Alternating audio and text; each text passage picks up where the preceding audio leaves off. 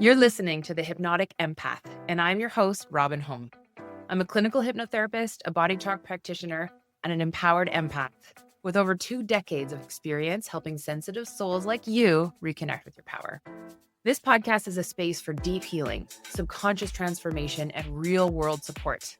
We'll do some guided hypnotherapy sessions, we'll talk to some incredible guests, and we'll help you learn to release what isn't yours, to protect your energy, and to finally feel safe being you. It's time to move from surviving to thriving. Let's get started.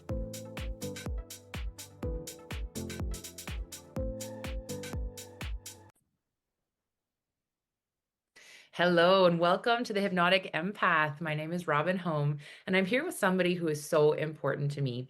Carla and I met about a year and a half ago because I read an article that she wrote for a hypnotherapy magazine, and she blew me away. When I read the article, I was like, this woman is brilliant. And I just loved the way that she explained things.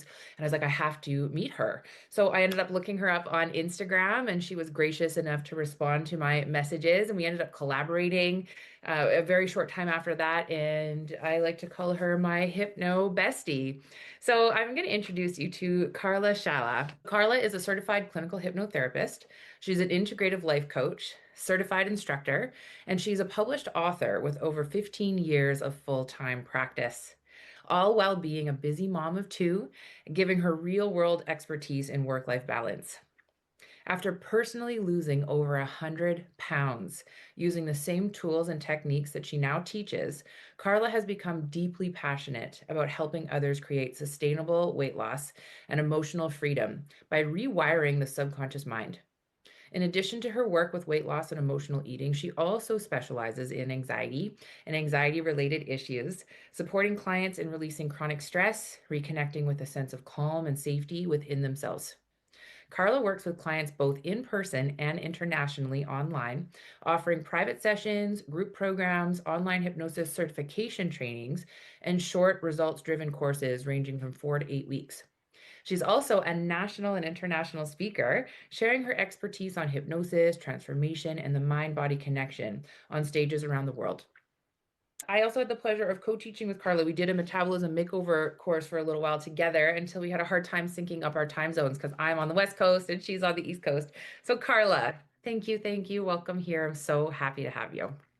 I'm excited to be here with you. Great. I've been dying to know, how did you decide to train as a hypnotherapist in the first place? What got you into the industry? So, I had some pretty severe trauma as a teenager. And after years of talk therapy, probably like 6 or 7 years of talk therapy, the next logical step was to go into clinical psychology after getting my undergrad in English psychology and sociology. Um, because I sort of wasn't getting the relief or the answers that I hoped I would through talk therapy. In fact, I felt quite frustrated after several years. Consciously, cognitively, I understood a lot of the healing that needed to take place, but there's a big difference between consciously or cognitively understanding something and sort of reprocessing events that have happened versus actually intuitively feeling that shift or feeling a difference. So I went on a quest. I decided from my undergrad then to go to grad school for clinical psychology. And in my final semester of grad school, unfortunately, it took me a few years to figure it out. I realized that I was feeling somewhat frustrated and sort of disillusioned by a lot of the approaches and the sort of what I call band-aid approaches that we were being taught. A lot of what I was taught in grad school was related to diagnosis and sort of learning different diagnoses, etc. So I started personally looking into healing alternatives, things that would be, in my opinion, sort of a better approach to facilitating real results or real healing. And for whatever reason, as strange as it may seem, I kept coming across hypnosis. But interestingly, I had always defined myself or identified as very scientifically minded and I wasn't really open to the woo. I wasn't really, I kind of thought that hypnosis was BS, like it was sort of like a stage trick that people did. I had seen a stage show at some point as a teenager and sort of thought it was a party trick, essentially. But for whatever reason, I kept coming across it. So I started doing a little bit of research and looking into it. And I came across a school actually out in California that had really good reviews. They're, very well regarded school. And a number of synchronicities, things kind of lined up at the time that I decided to take a break from my clinical psych studies, my grad studies, and actually flew myself out to California initially with the intention really of facilitating personal self-healing versus actually becoming trained as a hypnotherapist. Um, and I can honestly say, and I've written about this and spoken about this extensively, it was kind of mind-boggling to me that within 2 weeks of my training, going in very skeptical, which, I have to admit, I was probably the most skeptical person in the class. Um, Going in very skeptical after 2 weeks, I personally experienced more healing, it's going to make me cry, like more transformation than I had in like 6 or 7 years of talk therapy. Like I felt that finally there were some real shifts that were happening. I could talk about things that had happened in the past in a way that I really never had been able to up until that point. A lot of that emotional charge had been released or resolved or reprogrammed in a way that it became more livable for me essentially moving forward. And within sort of the first 3 or 4 weeks of the training, I was there to heal myself to like, who the hell needs, grad school, nothing against talk therapy, but I was like, what is the point of going back to this talk therapy approach if this seems so much more transformative, in my opinion, so much more efficient, so much more effective. Um, and long story short, I decided like this is what I passionately wanted to do for the rest of my life. And as soon as I was done with my training, flew back to Massachusetts, which is where I live now, and opened my full-time practice, which, that was a little bit of a shock too, because I think I was really naive and expecting, oh, the clients would just like stream in through the doors. And lo and behold, that didn't really happen. It was sort of before the advent of, the internet, and it wasn't as much of a thing, like, having a website. Like I had to really teach myself from the ground up how to even build a website or it was all no online booking or anything at that point. It was all word of mouth and really having to network. But in any case, here we are, exactly 15 years later. I actually almost want to say, what is the date today? The 12th? I want to say it was the 15th. I'll have to look it up. Um, I believe it was on the 15th of October 2010 was when I received my final certification. So I've been doing this full time for 15 years, which is kind of amazing. Like when I look at sort of the journey to get here, and the various different ups and downs and things that I've had along the way. So, and I really don't. Oh, and actually, the really interesting thing, which I didn't mention, was that my grandmother, who, and this is going to make me emotional today, is actually 9 years since her passing. She, about a month or two after I graduated from my clinical hypnosis training, happened to mention to me, and she was a trained psychologist, happened to mention to me that my grandfather, who was a dentist, was also a hypnotist and actually used hypnosis as part of his dentistry practice. He had passed away, but I had no idea. Nobody had ever mentioned that to me or sort of thought that was a relevant point to maybe let me know. Um, so that's kind of fascinating and interesting. And it always sort of amazes me that essentially it was like in my blood without me really even realizing that there was that sort of family history of hypnosis. And what an interesting way of using it too. Like he specifically used it with kids to alleviate fears and phobias around dental work. Wow, that's incredible. It is kind of like that synchronicity of it being in your generational line is really Yeah. fascinating. So, what was the difference as you did your training and you went through your training itself? and you were so experienced in talk therapy. Not only had you been doing talk therapy yourself, you also were training, like it was your part of your graduate degree. So what was the difference? I think the major difference is the mind-body connection or congruence of really tapping into obviously the subconscious mind, which is what we work with more in hypnosis, versus it being such a cerebral approach. Um, Both from a place of sort of being on the receiving end of receiving talk therapy, as well as then sort of training to be a practitioner or to be a therapist. It was very much related to problem solving, but on a cognitive conscious level and sort of wanting to get to root cause of things. The problem with root causes, even knowing what the root cause is, doesn't necessarily alleviate the emotional symptoms of that root cause, right? So I feel like that was sort of the biggest difference, this idea of, oh, well, we know what the wound is, let's slap a band-aid on it, or, let's kind of like teach you a coping skill. But there was really never the intention, in my humble opinion, of actually healing the wound. So you'd have this wound with a band-aid over it, but there really sort of wasn't a shift in the way that I was perceiving the world around me. So I often say one of my taglines, you could say, is like perception is reality. Consciously, cognitively, I knew what I should be seeing and sort of how I should be interacting in the world. But when it sort of came to the reality of what I was feeling and what I was perceiving, like nothing had changed. Like it was still sort of trying to fit a squared, piece into a round hole, essentially. So yeah, I mean, I think that was the biggest difference, is sort of that mind-body integration in hypnosis and actually like physically, emotionally feeling relief for the very first time in years, as opposed to this expectation of like consciously understanding something.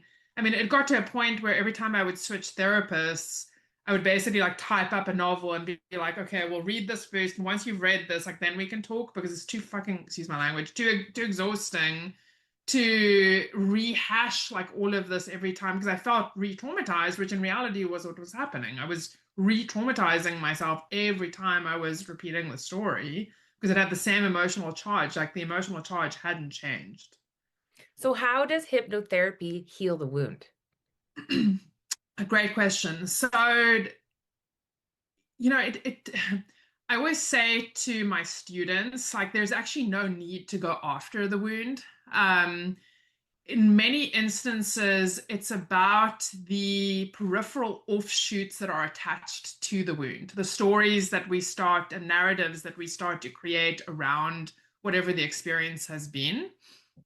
And, similar to, I have an amazing mentor by the name of John Overdorf, and he talks about um, rhizomes versus, sort of botanically speaking, like the difference between a taproot and kind of like imagining problems as being a taproot and kind of getting to the base of that taproot, versus the way that the brain actually anatomically looks and the way that our neural pathways look, which are more like rhizomatic roots. Or if you've ever planted something like mint in your garden, it's kind of a nightmare, because when you plant it, even if you pluck off a piece here, it pops up somewhere else. And if you pluck off a piece there, three more offshoots come up. And in my opinion, that's really where hypnosis is so different, is that you truly are getting behind the scenes of what you're perceiving or what you're seeing. And because perception is reality,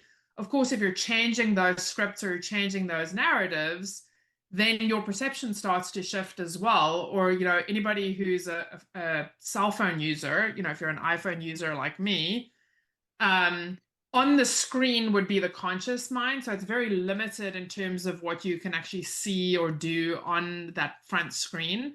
The subconscious mind is everything that's processing in the background. And, if you're anything like me, I typically have like 30 apps running in the background. So every once in a while, I have to go through and close them all down, right? Otherwise, it starts to affect what's happening on the home screen.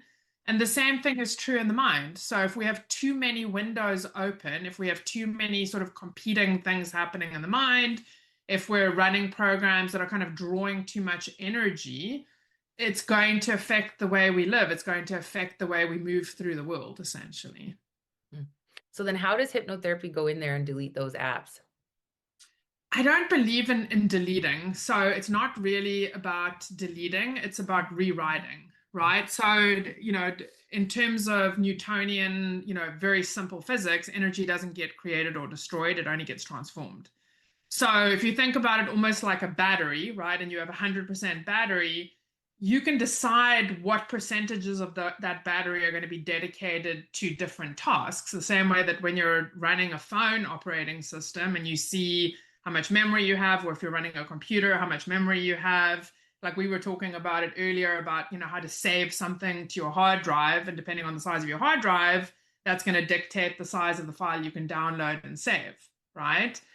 So it isn't necessarily about deleting, which I think is sort of a common misconception. Like I get a lot of clients who will contact me and be like, oh, a common one is, can you help me forget about my ex? Or can you help me forget about this, ex best friend?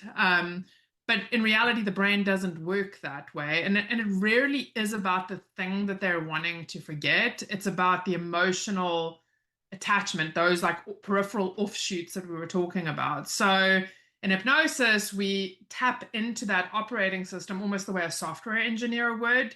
We rewrite those scripts and that person's ability to perceive the world around them.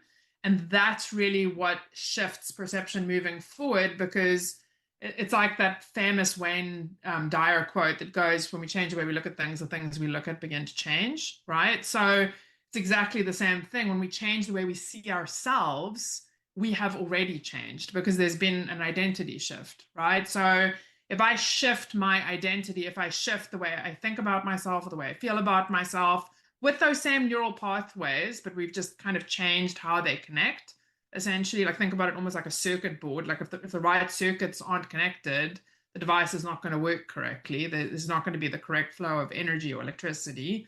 And the brain works exactly the same way, which is actually also interestingly true of things like OCD, ADHD. It's because of sort of a quote unquote incorrect connection.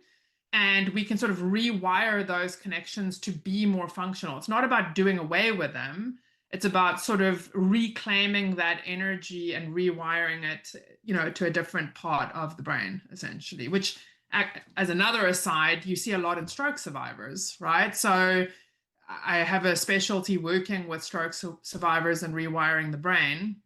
And in many instances, and they've actually proven this through neuroscience, that a part of the brain can be damaged or destroyed. So let's say somebody's ability to speak, or somebody's ability to move, or somebody's ability to, whatever sort of the ability might be. And you can actually claim a different part of the brain to take over that task over time, which is kind of fascinating if you think about it. Mhm. It is really fascinating. And I was working with a man once who had head injury, and we were walking him and his mind in hypnosis, which makes you highly suggestible. When you put somebody into a hypnotic state, you guide them into that hypnotic state, they become highly suggestible. And we were working with recruiting different parts of his brain to take over those pathways. And then when he went to go do neurofeedback later that week, when he used his anchor, because in hypnosis, when we were rewiring the brain, and then I got him to put his thumb and finger together to anchor it, when he went to go do neural feedback later that week, he was, looking at the screen, and he needed to get the ball to go up and then down below the horizon. And he was just doing it with his focus. And then he put his thumb and finger together, and the ball responded so visibly. That was really encouraging for him to see it in real time. And I thought, what a neat thing to be able to measure it that way. Mm-hmm. Mm-hmm. And I Hmm. think, I mean, we're really just sort of at the precipice right now of all the developments and enhancements and things that, through fMRIs, through brain imaging, our understanding of the brain. I just recently was watching a documentary about, pain management and how they can influence different parts of the brain to alleviate pain, just even with like electrical stimulation. Um, and I think that's true of many different things. Like even sort of the measurement of a lot of these things that we've been seeing for years in hypnosis, which, to be quite honest with you, there's certain techniques and things that I use that I don't fully cognitively understand how they work. I just know they work. And I love the idea that, this intersection of, as neuroscience develops and our ability to measure these things, it's validating a lot of the things that we've known for decades in hypnosis without really fully understanding how it was working. Mhm. Yeah, it's so true. So, what guided you into specializing in stroke recovery? There isn't really like a major story attached to that, to be very honest with you. It was a training that was being offered by a gentleman who belongs to the National Guild of Hypnotists, who actually himself had had a stroke and teaches the stroke certification training. Cool. And I think partially my personal nerdy fascination with neuroscience and the brain, it was like a really good intersection of science, but also hypnosis, especially coming from somebody who, and he does a lot of presenting himself after having had the stroke and having been nonverbal and having used hypnosis. So, I mean, he's like a living testament to the fact that it works. His name is Don Martin. So, I mean, that was really sort of the reason why I ended up taking the training. And I'm very happy that I did because it definitely taught me a lot. Both in terms of stroke survivors, but other areas as well, and how to facilitate change more quickly. Oh, that's incredible. So, when you talk about rewriting the scripts for people, when you're working with a client one-on-one or in groups, what kind of techniques do you use? Do you use regression? How would you actually help somebody rewrite their script? So that's a great question. And a lot of people, a lot of clients actually ask me that, but it's a tough question to answer because every client, as you know, is different. Every client processes differently. So, in the same way that when people ask me what quote unquote kind of hypnosis do I practice, I somewhat refuse to put myself into a box of the type of hypnosis that I practice because thankfully I've had the opportunity to train in many different types of hypnosis and many different types of approaches. I feel like with experience as well as a very solid educational background and understanding of hypnosis and the brain and psychology, it's very much tailored to the person in front of me. In some instances, people will come in and they never close their eyes, during the session because it really isn't required. It's, for some people, it appears to just be a conversation. But because I am highly attuned to NLP and using conversational hypnosis, they're changing without even realizing that they're changing just by making tweaks to their language. So, you know, to answer your question, there isn't really one specific approach. Like there's multiple approaches. The same way that when you're building a puzzle, it would be like saying, like, well, how do you know which two pieces to put together to build the puzzle? Well, how do you put pieces together? Well, every piece is dependent on the piece before it and kind of how they fit together. And the same thing is true in hypnosis. So that's why, even when I train students, it really is just providing a theoretical understanding and some practice of what it is that they're doing. But the real art of hypnosis really only starts to take effect once you start practicing it and you start engaging with clients and understanding, not consciously understanding, but feeling your way through how those changes happen over time. Absolutely. And in your opinion, what do you think the difference between conversational hypnosis and talk therapy is? Well, the biggest difference is that you're engaging the subconscious mind versus sort of rationally, consciously talking to the prefrontal cortex of the brain, where, that conscious part of the brain is the part that's fully engaged with coming up with the next thing to say or wanting to connect the dots versus having a conversation, unlike any other conversation, with that person in a way that they've never had before, which even though they're consciously aware of what's happening, it's almost like being in a daydream state. And the beauty of it is that they don't always know that it's happening. In fact, most of the time they don't really know it's happening. Mhm. And you're dialoguing with the subconscious. Correct. I'll often have clients say, I never in a million years would have thought that that was the root, that that memory, like they'll be like, oh, that it must not be this memory. Like that just seems too benign, even. They'll be like, oh, but it's the way that the subconscious dialogues, the connections that we try to make in our conscious mind are not always the same connections that the subconscious made. Mhm. Yeah, that's awesome. Would you mind sharing a little bit about your own weight loss journey? Sure. So Only what you're comfortable sharing. yeah, I don't know where to start. So my weight, if I'm being really transparent and honest, has always been an issue. Like, and I don't mean in the traditional sense of an issue. It was always sort of a mental block issue for me, going all the way back to childhood. A lot of it was sort of modeling. I don't want to throw my mom under the bus, but I kind of am going to. There was always sort of value attached to appearance and attached to one's weight. And even though, interestingly enough, when I look back, I was never really overweight. I mean, I was always sort of quote unquote bigger and taller than most of, if not all the girls in my class.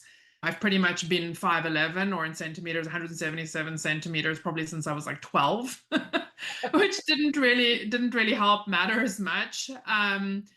But it was always sort of this issue that I had. And right after my son was born in 2016, I developed some very serious health issues. And by health issues, I mean like pain related health issues that they weren't able to figure out, they weren't able to resolve. Over the next, I want to say like 7, 8 years or so, I progressively, incrementally gained over 100 pounds from the time that he had been born to back in June of 2023 was when, and I hate to even admit this like live, but I hit 300 pounds, which when I saw that number on the scale, it like did something to me. I was like, I cannot weigh 300 pounds. Like, I think up until then, like I was living in somewhat of a state of denial, and I didn't really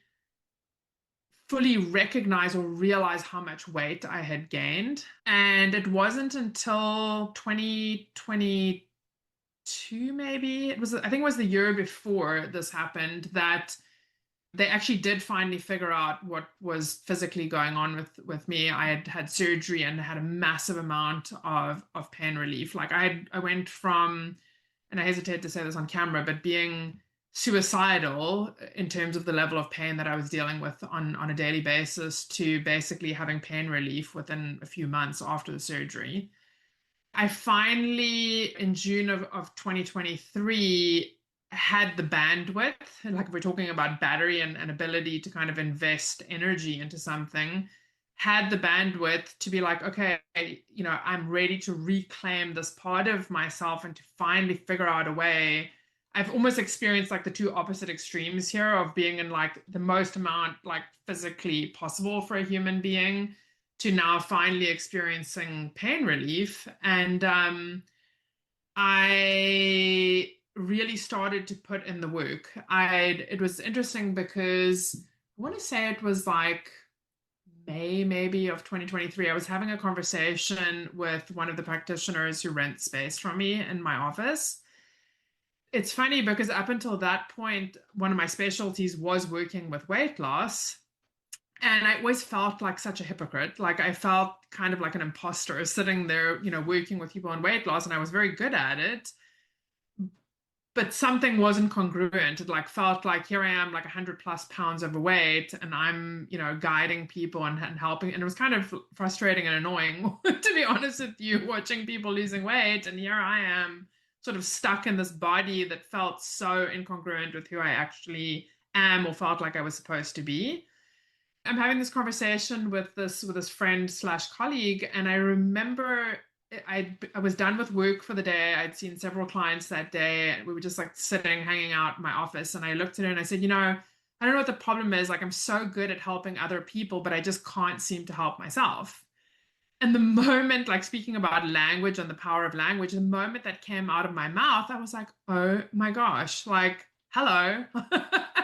That's why, because if this is sort of the belief that I'm hanging on to and what I'm programming myself with without even sort of recognizing that that's the case, of course I'm not going to release weight. Of course I'm not going to change my habits.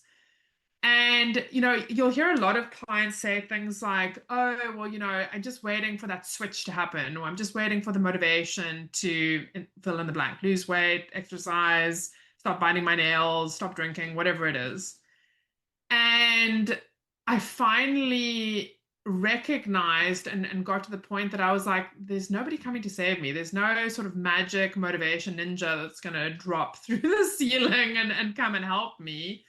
That, it was really up to me to make the shift. And a lot of it was really making the commitment to the fact that I was done making excuses. I was done living in that narrative of all the reasons why I was overweight and really leaning into what do I deserve right now and what do I deserve moving forward. And that honestly made all the difference. Like that identity shift of I deserve this and I deserve to show up for myself in this way really was transformative. I did work with a hypnotherapist for a short period of time and then actually just started implementing a lot of the tools in self-hypnosis that I teach clients. As I said, it's now 2.5 years later, and I've lost, I think, like around 115 pounds.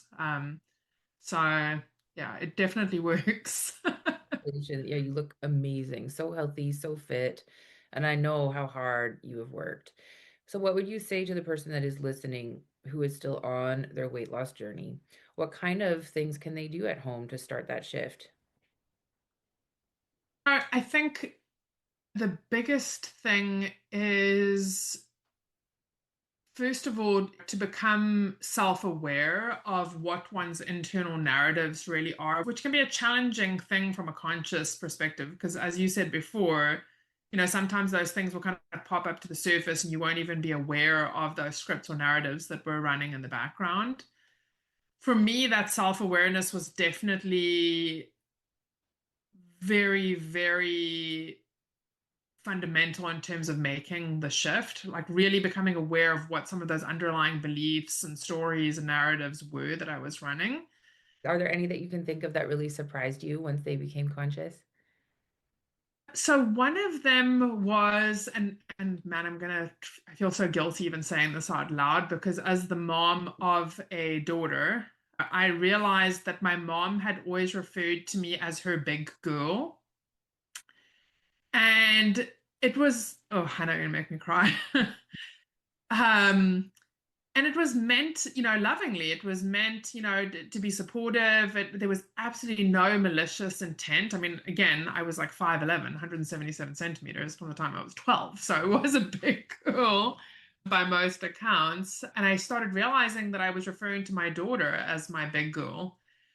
I did it a few times and I finally realized saying it to her was what gave me the self-awareness of like, oh, I used to hate it when my mom would say like something felt off.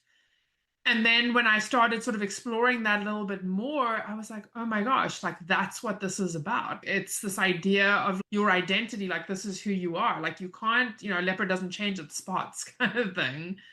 And I finally was able to, both through my language towards my daughter and kind of being very mindful of adjectives and descriptors. Of course, we don't always know how the person is receiving what we're saying, but we can still be quite mindful of the word usage and language patterning, especially as a hypnotherapist.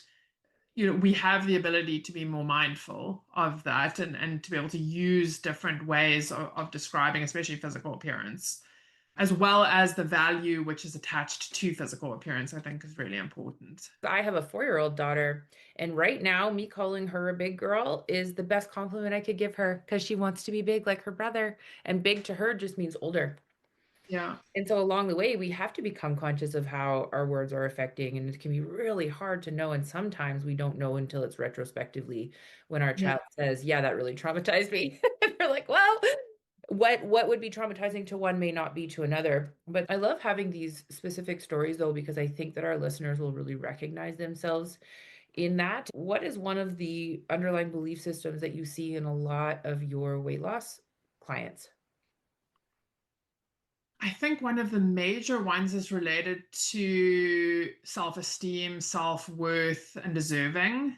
You hear a lot of people say things like, oh, I know all the right things to do, but I don't know what it is. I just keep sabotaging myself, or I just keep, blocking myself, or I'll start Monday. All these sort of usual patterns that people have.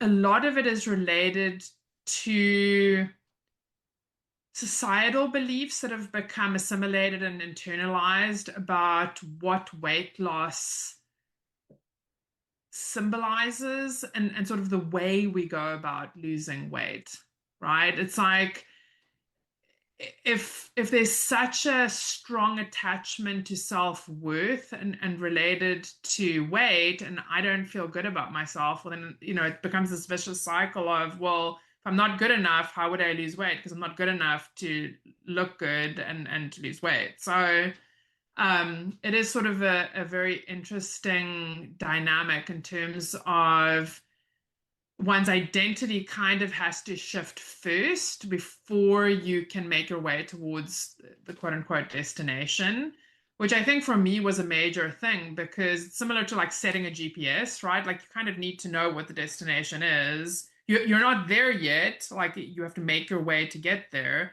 But unless you have the destination programmed and you keep that destination programmed, you're not going to get to where you want to go. A major shift for me was, of course, like self-hypnosis was a big part of it, but really getting into the identity of who I believe I am. That's something that I really focus on with clients as well who are looking to lose weight or to gain weight for that matter. I mean, I work with a lot of eating disorders as well, which work in a very similar way. Like it's usually related to control or, again, sort of identity that's attached to that type of control and helping the person to first rewrite those underlying scripts around their identity and who they perceive themselves to be, who they desire themselves to be, and then to make your way towards really achieving that identity on a choice by choice basis, on a day by day basis, on a month by month basis, on a year by year basis, et cetera, et cetera. And that's really what builds that new pattern and makes it more sustainable, in my opinion. Mhm. I used to say things like, oh, I love bread. Like I can't, walk into Whole Foods and not go and buy bread, which cracks me up because now like I order a burger that's lettuce wrapped. Like I would never actually order bread. Like I actually think it's kind of gross, to be honest. And later discovered that I'm gluten intolerant. Go figure. So all that information and stuff that I was carrying around, I was just sort of eating my way through things that were actually a pretty severe allergy for me. Again, it really comes down to self-awareness and reprogramming those beliefs and those narratives that we attach to things environmentally, because obviously it's that dynamic of how we respond to our environment and how our environment is responding to us. Well, and I think you just nailed it when you said, "Oh, I could never not eat bread." But some people will say, I could never give up bread. I could never give up carbs." I hear that one a lot. I'm like, "No, Yeah. I'm asking you to give up carbs. Let's first work on the reason why you want the carbs in the first place. The carbs are giving you something. There's something that you're getting from the carbs that has nothing to do with the mouthfeel or the smell of baking bread." So, could you walk us through what somebody at home might do if they are like you were? I can't go into Whole Foods and not buy bread. What could they do? Because you spoke about home self-hypnosis. What could you teach our listeners that they could do to help get past, let's say, the bread craving? Well, I mean, I think a lot of what gets people tripped up is that they don't go in mentally prepared, right? So again, it kind of comes back to identity. I think in many instances, people anticipate failing before they actually fail, which becomes sort of a self-fulfilling prophecy, right? So it's like if I can't imagine giving up bread or I can't imagine not eating bread, well, then lo and behold, when I'm faced with bread, of course I'm going to eat the bread, right? Yep. Whereas I think sort of a major shift, going back to your term of the use anchoring, where common anchor would be touching the thumb to the pointer finger. It's not really about kinesthetically touching two parts of the body. It's actually about creating congruence between the mind and the body, right? And by body, I mean the subconscious mind, I mean the feeling mind, the way we feel about something as instant gratification driven beings, right? Hello, cell phone addiction, hello, drug addiction, hello, sort of all the things that people get quote unquote addicted to. It's about receiving those dopamine hits in our environments. And rather than sort of allowing opportunity to create the crime, it's about prefacing those moments, having self-awareness around, oh, when I go into Whole Foods, historically, I've noticed that I make my way to the bakery and I go and smell the bread, and then, it's hard for me to resist buying the bread, for example, right? Instead, being able to visualize or being able to anchor feelings of confidence, feelings of accomplishment, feelings of success, of, wow, it feels so good when I go to the opposite end of the store and I smell the freshness of the veggies and the coolness of the coolers and the crisp apples and etc., etc. And rather than being in this deprivational mindset of all the things that we can't have, really shifting the focus towards, okay, what are the things that nourish me? What are the things that make me feel good? Right. And leaning into that. And then again, sort of that battery analogy. By the time I get to the bread section, I'm satisfied. I'm fine. I've got my fruits, I've got my veggies, I've got my protein, I've got whatever it is that I need versus, really being so dependent on sort of the instant gratification of bread or sort of that emotional attachment that I've had to bread historically. Mhm. Beautiful. And I know too that forming different habits can be really helpful when we're trying to stay on track. How can people use the concept of hypnosis to help implement really strong habits that will benefit them?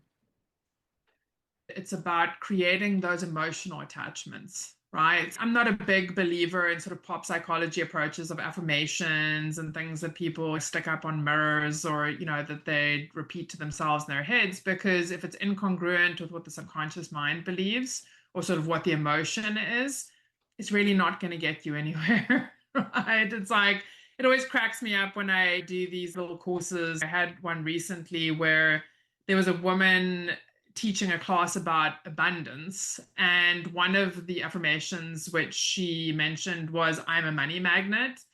But this woman had like the least abundant mindset of like any person that I think I've ever met.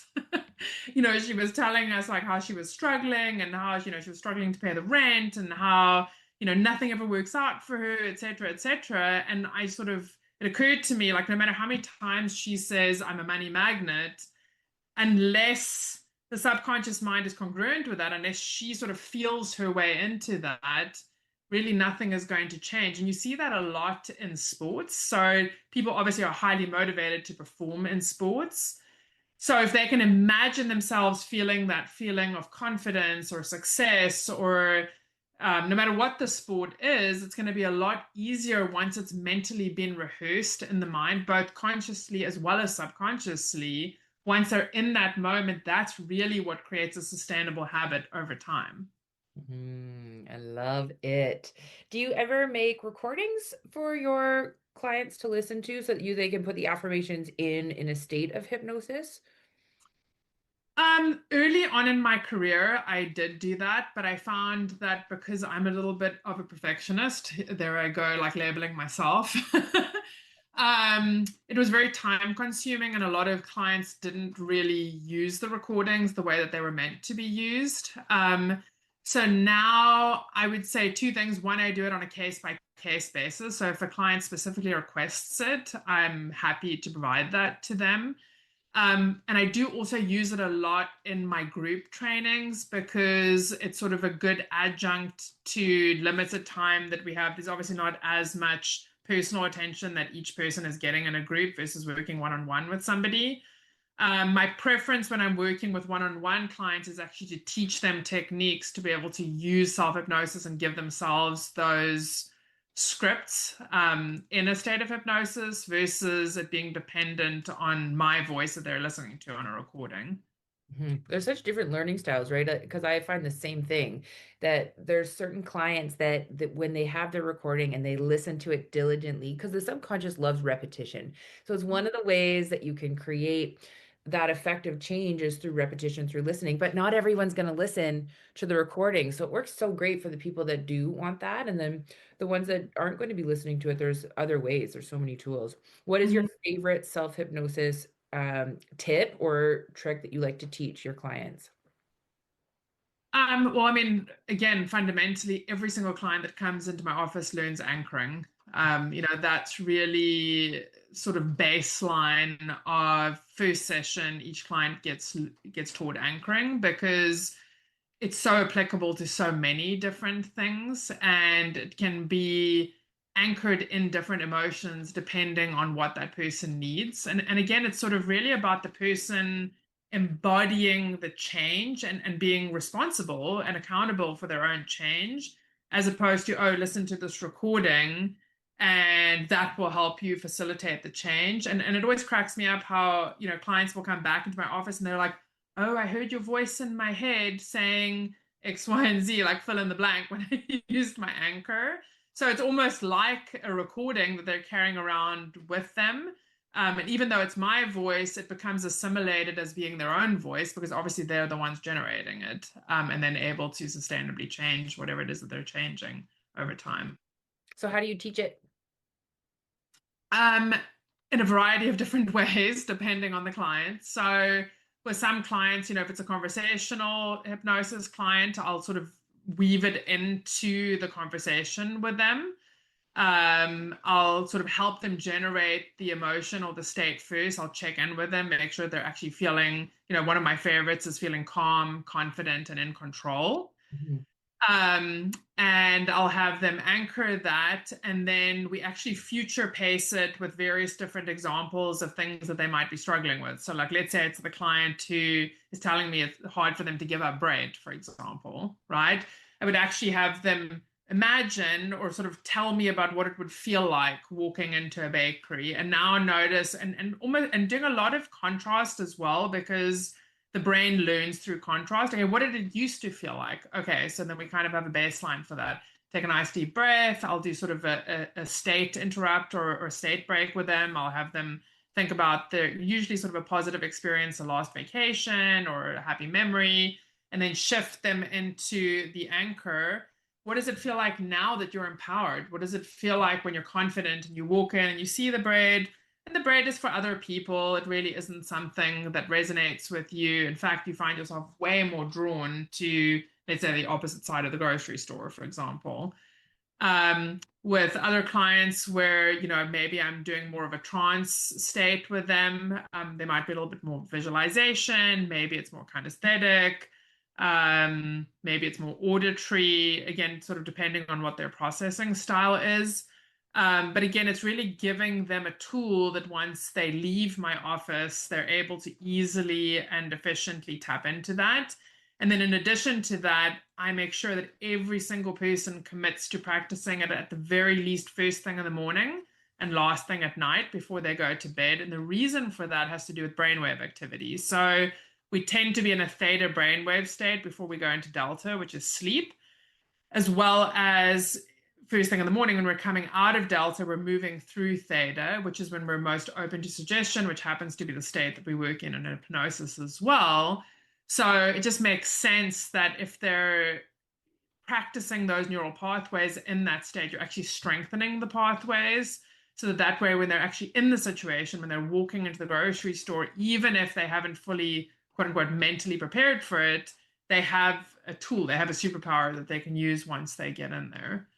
And every time they do that same repetition as listening to a recording, they're shifting that neural pathway, to be strengthened over time.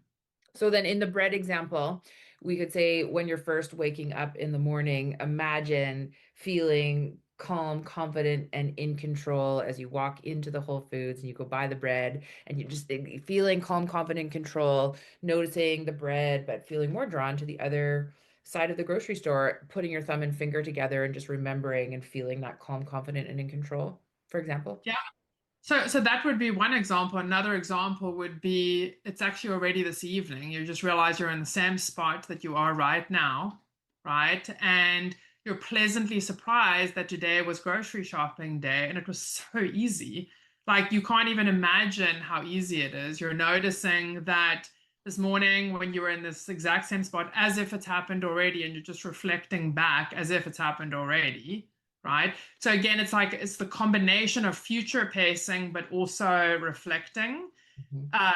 Because again, the brain doesn't know the difference between things that are real or imagined. So the more we can kind of future pace and jump forward and reflect back, the brain sort of then has the ability to fill in the blanks. So then when we're actually in the situation, it's almost like deja vu. Like we've seen this movie before. Like I already know I'm not going to go for the bread because I've reflected back on it. I've already done it and I've already been successful.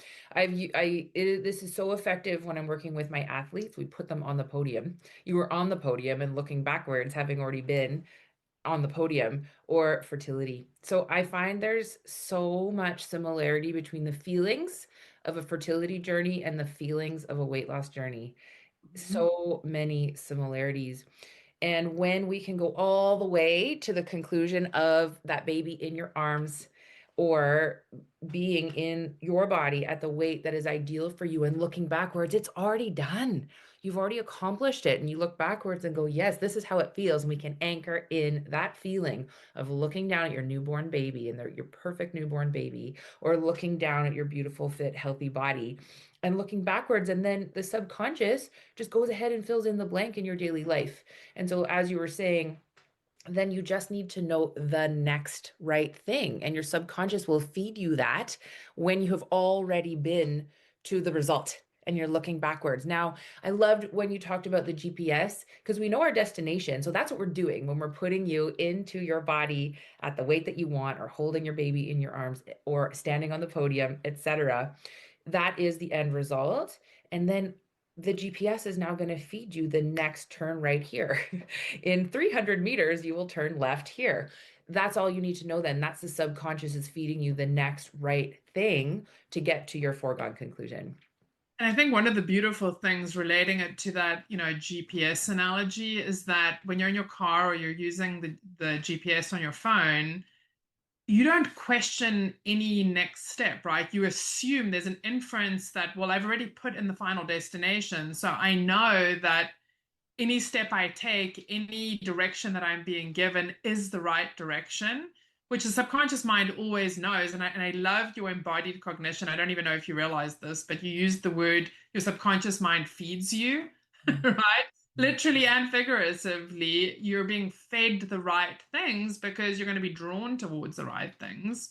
Versus sort of when we're in that fight or flight state, or things are sort of incongruent, we're in sort of a tug of war state, it's a lot more difficult to know what that next right step is because we're sort of in this internal struggle essentially. Well, because we're trying to see all the steps at once. And, Yeah. and so often when I'm working with clients one on one or in groups, we'll get to that little glimmer of feeling like they can feel what it feels like to be so. And then they'll be like, wait a second, but how? Wait a second, but what's the next step? And they want to know the plan between now and then. And that's the work that we're really doing in hypnosis, is being able to bring you back to trusting that your body will feed you the next step, that your intuition will be able to speak to you and through you when you are in that state. But it's also a state of letting go, which is really hard to hear as like a type A control freaky perfectionist that I am. That was a big part of my fertility journey because I was on my fertility journey for 15 years. It took me 12 years to get pregnant with my son, and then an additional four to get pregnant with my daughter.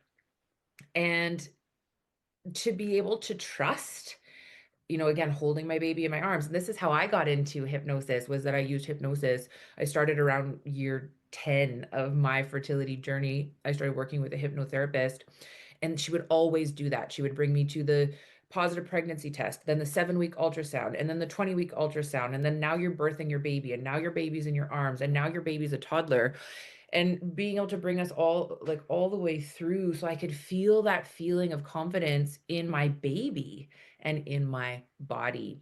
And then the subconscious is able to start to feed you what the next thing is to get you to that goal, because it's already happened. It's already happened. Your baby's already in existence.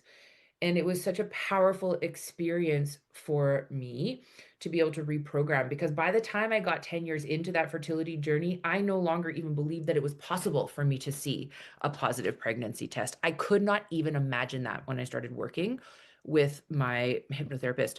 So we had to work on that first, like even making that possible, even making that a possibility that I could pull out of the field was me getting a positive pregnancy test, right? So yeah, it is a really transformative thing, and such deeply empowering work. Mhm. Yeah, wonderful. A common thing that I hear a lot, this idea of letting go. I don't know if we've talked about this before, but I feel like there's a little bit of a misconception around the idea of letting go, similar to like doing away with something, or when we were talking before about sort of neural rewiring, like how do you remove that block? My suspicion based on sort of experience that I've had, both personal as well as working with clients, like I think that subconsciously there's typically a resistance to the idea of letting go of things. Because it feels like loss, letting go. It feels like loss. I realized sort of working with people that there was this internal resistance the moment I would start using, oh, just let it go. Or even that, like as I say it out loud, like I can kind of like almost like feel a little bit of a block in my chest. The analogy that I related to is kind of like a little kid holding a helium balloon and asking them to let it go. And even when they make the decision to let it go, there's almost like instant regret because you've now lost the balloon and the balloon is kind of floating off into the ether. I personally prefer the words release Mm. because it feels far more empowering, in my opinion, than the idea of letting something go. So that's been kind of a powerful shift that I've made over the past few years. Nice. And you're right, I do think it is different for everyone because we all have different attachments to Hmm. different words. And when you were speaking about working one-on-one with somebody, that's exactly what you're sussing out. Is that Yeah. a word that might trigger me would be fine for you and vice versa. So that can be a really beautiful thing about working one-on-one. I had a client, she was listening to one of my hypnosis recordings from the podcast, and she was so triggered by me saying, let this time be your time. Let this time be like a gift from yourself to yourself. I often say that at the beginning of putting someone into hypnosis. She was so triggered by that. She's like, I can't believe you said that. And I had such a hard time relaxing after you said that. And I was like, well, that's so interesting. Why is that? And we were able to get into her trigger around this seemingly quite benign thing where, especially if you are type A and go, go, go, you often do have to give yourself permission to relax. Otherwise, you might not be able to. And she was very triggered by that. And that was the first I had heard that was really surprising to me. We were able to work through to the root of that trigger. But yeah, that was interesting. Yeah. Those types of triggers are a gift, right? I mean, you and I are aware of that because it's reflecting something back as to, okay, well, that's giving me direct access to where the work really begins. Yes, celebrate your triggers, but notice them. I think that's the big thing. I always say that to my clients. Notice your triggers this week. If you need to write them down, or just make note of them because your triggers are a big signpost to say, right here, this is the work, is that this is what's keeping me stuck. Let's look there. And it might have absolutely nothing to do with the actual trigger itself. Like on the surface in the conscious mind, it might make no sense. But when we can explore it into the subconscious, and there's a whole network under there, often with a trigger that we can then rewire. Mhm. Pretty cool. Carla, I could talk to you all day and all night, but we're running up against our time here. So I just would like to know, first of all, how can people find you and what is next for you? So, in terms of finding me, I'm on all the social media platforms. If you search Hemisphere Hypnotherapy, you will be able to find me. My website address is hemispherehypnotherapy.com. So, that's probably the easiest way. If you want to email me, of course, my email address is on the website too. In terms of what is next, I'm a certified trainer. So, one of my deep desires over the past few years is to get more therapists trained in hypnosis, as well as getting into more professional settings, whether it's dentists' offices, whether it's corporate settings, and really teaching them hypnotic tools that are good adjuncts to things that they're already doing, because I think that hypnosis is just so beneficial in so many different areas. Like I remember when I was going through my pain journey, And of course, like every sort of stage of our own personal journeys informs where we want to put our attention. I remember some of the questions that I was being asked when I was having an MRI or when I was having a CT scan, and the number of people that they were telling me had severe claustrophobia or issues getting an MRI. And that sort of opened up this idea of, oh, well, I should be making recordings for them to let, patients listen to when they're going for an MRI, or I should be doing trainings for the MRI technicians in terms of the types of questions that they're asking. Their intentions are good, but a lot of the language patterning or phrasing that they were using was actually achieving the opposite result. So things like, are you afraid? Do you have claustrophobia? When you're going into MRI machine, when the person's already nervous, of course, is not something that's helpful to that patient. I would say sort of my next step in my career right now is to really become more integrative in terms of other opportunities, sort of in corporate settings, and to finally complete the book that I've been working on for a number of years. So, I'm published in a lot of different places in terms of articles and being a contributing author to other books, but really like finally sitting down and writing finishing my own book. That is something which I'm hoping to achieve or planning to achieve in the next year or so, I would say. You're a wonderful writer. That is really exciting. I think that will help a lot of people. I will make sure to link all of that in the show notes. And then you run hypnotherapy trainings every year? Yeah, all my trainings currently are online. It's an 8-week certification training through the ICBCH, as well as sort of a lot of practice and support in between. I have a Facebook group that I run for my students. I do my best to run 3 or 4 of them. So usually like once a quarter, more or less. Like sometimes it'll be like 3 trainings a year. I have one coming up early next year. And then I also run a lot of like smaller groups, typically like anywhere from like 4 to 8 weeks, that I limit to about 15 to 20 participants on various different topics. It's all on my website. Perfect. Oh, thank you so much. Thank you. You're such a wealth of knowledge. I really enjoyed speaking with you, and thank you for being here. Yeah, this was great. Thank you so much for having me. My pleasure. Talk to you soon. Keep well, Hypno Bestie. Yeah, you too. Bye. Thank you for joining me today on the Hypnotic Empath. If this episode resonated with you, I'd be so grateful if you'd follow the show, leave a 5-star review, or share with somebody who needs this kind of support. You can find more resources, hypnotherapy audios, and ways to work with me at robynholm.com. And don't forget, your sensitivity is not a weakness, it's a gift.